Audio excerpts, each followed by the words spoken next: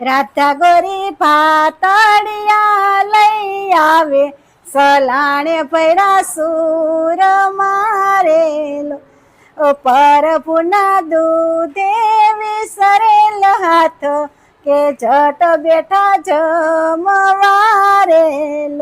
હવે રાધા ગોરી કે છે કે રાધા ગોરી ડુંગરે સરિયલ દૈન, કે દૈન પાછા વાર જોરેલો. હવે રાધા ગોરી કે છે કે પ્રભુજી તમારા સારેલ દૈન, કે યમ થકી નહીં વરેરેલ.